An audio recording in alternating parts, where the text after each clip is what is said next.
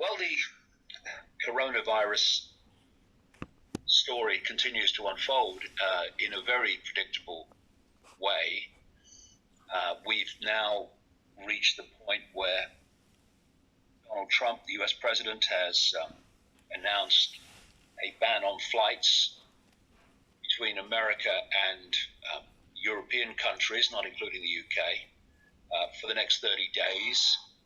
And very extreme measures are being taken in Italy, where they have what seems to me to be a more virulent strain of this coronavirus, this COVID-19, than many other parts of the world.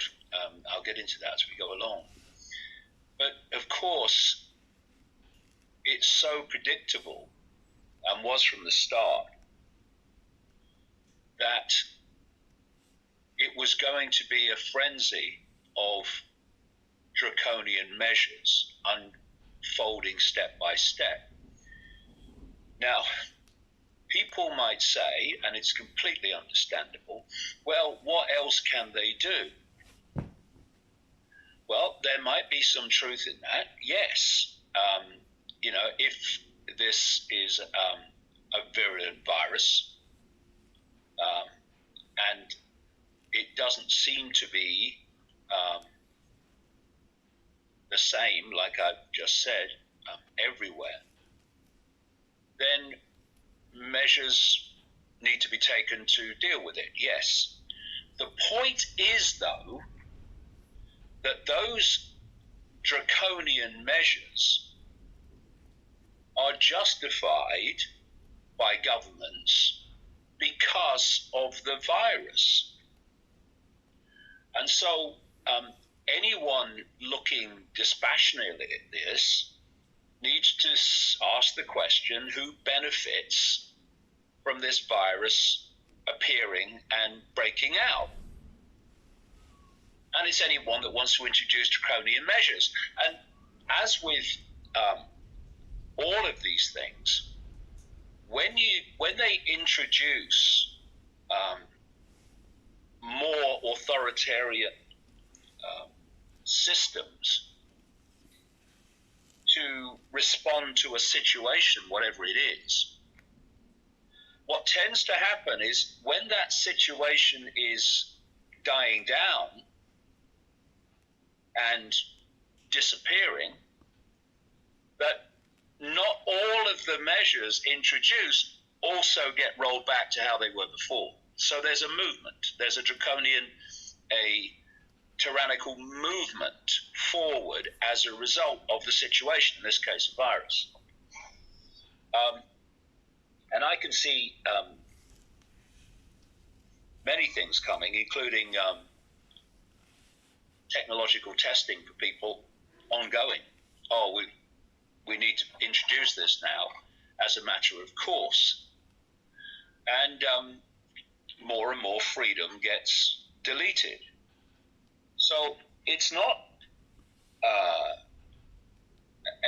a kind of a debate primarily on, okay, we need to do this because of the virus. The focus, I feel, should be on, well, all roads in terms of more authoritarian imposition lead back to the virus. And so where did the virus come from? And we can't say for certain about that. I think there's a very good chance that different strains of the virus are actually being released in different places, and that not all of it is coming out of China. And we come back to this simple question: who benefits? And it's an ancient concept, which I think goes back at least to ancient Rome, of he who benefits from a crime is the one most likely to have committed it. So he who benefits from the virus is the one most likely to have released it. And I would say we need to go beyond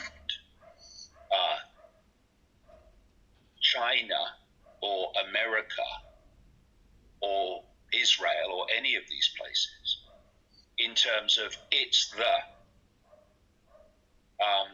the Communist Party in China that released this, it's the who released this, etc.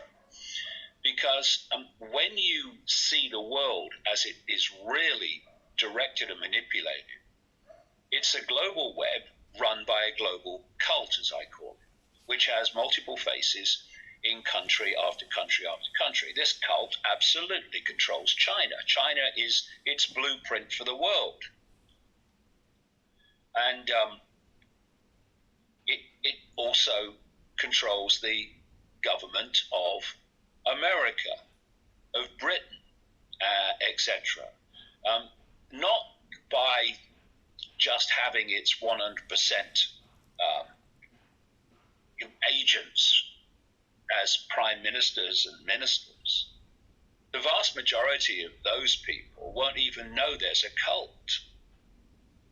It's in manipulating situations which people in government who are ignorant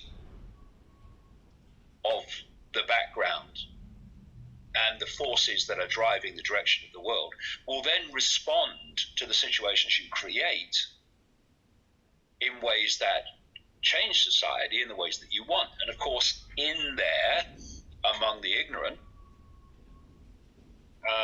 will be agents of this cult, not least in areas of permanent government, like government administration and so on, rather than here today, gone tomorrow politicians. Although they will be involved as well, but the number compared with the totality of politicians will be tiny who are in full knowledge. You've only got to watch a debate in the Houses of Parliament or on Capitol Hill to see the ignorance, but there will be people in there who absolutely know what's going on and support it. Either way, the problems that are created by this cult and its agents are then there to be responded to. And we're seeing the response now, incredibly predictable to this virus, which absolutely suits the ambitions of this cult to push the world further and further and further into a global Orwellian fascistic state under the name technocracy. We're past the point where we're looking at the imposition of classic fascism or the imposition of classic Marxism, communism, although the outcome for the people is the same. We moved it on into this technocracy, which was the plan all along. And a technocracy is a society that is run and controlled by, quote, experts and scientists and engineers and bureaucrats. I mean, the European Union is a classic technocracy in terms of its bureaucratic control by unelected people. And the target is democracy itself, because a technocracy does not do elected people. It does appointed people to run the system as they see fit, or as that in the shadows sees fit via them. And so democracy has to go. And what we're seeing more and more are attacks on democracy And it's very easy to discredit the concept of elected government when you just ensure that your system keeps turning out corrupt and clueless politicians. Because by definition, if you put those in charge, they are going to make a pig's ear of it. I don't know why that is a metaphor, but it is pig's ear for chaos and incompetence. But anyway, the whole thrust is destruction of democracy. And what you're seeing are surveys coming out, sometimes big surveys around the world, by the usual suspects, saying that the population is losing confidence in democracy, which is exactly where this needs to go. Now, if you play this out in terms of the coronavirus, you have seen the reaction eventually of the Chinese technocracy, because that's what it is already. That's why it's a blueprint for the world. In terms of extreme measures of lockdown, of pulling people off the streets, of pulling people out of their homes, and so much more. I'll come to some of it in a second. And then you've got the democratic world, which has not yet responded in that extreme way, though we're starting to move that way in Italy, but and Iran to an extent as well. And those two countries are significant of continent. And you can see a scenario of psychological manipulation in which China dealt with the virus, quote, successfully, if that's how it turns out, and they're claiming it is at the moment, because of these authoritarian extremes, whereas it wasn't sorted out in the West because of democratic freedom concepts and responses.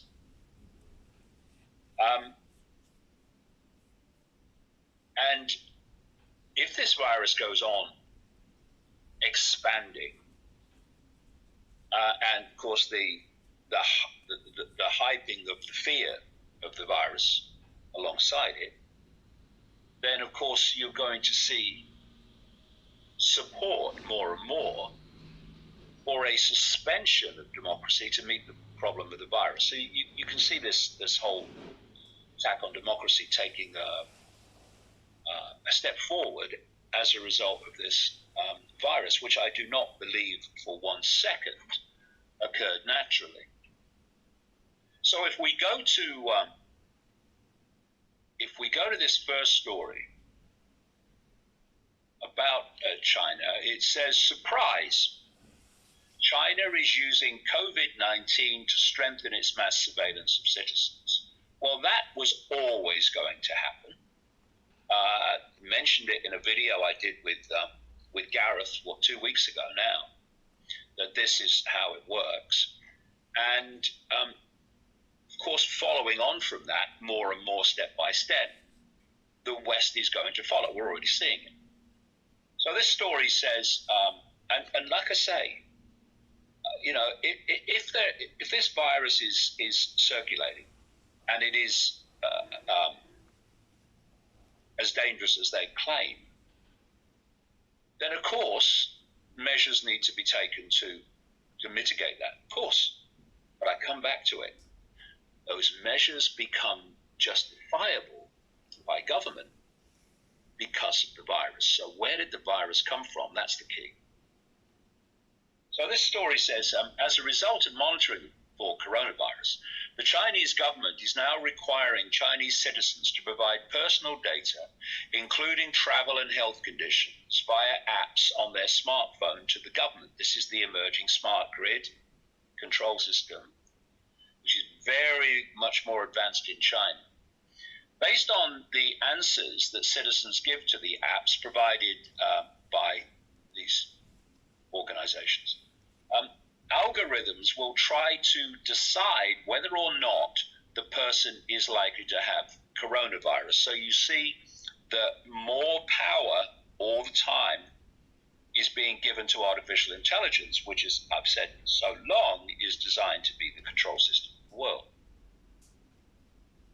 The apps then assign a red, yellow, or green code to the person, depending on their risk of having the virus. If you get a red code, you have to self-quarantine or be quarantined in a facility for 14 days.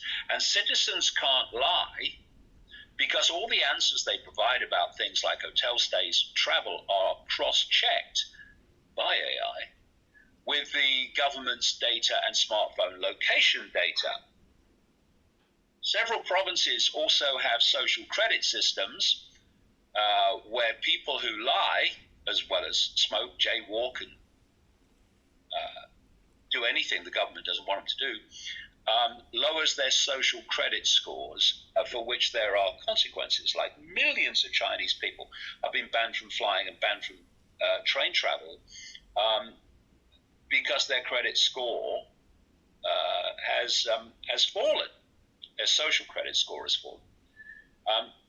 So the story goes on. It all rounds out a picture of Beijing increasing its mass surveillance over its citizens.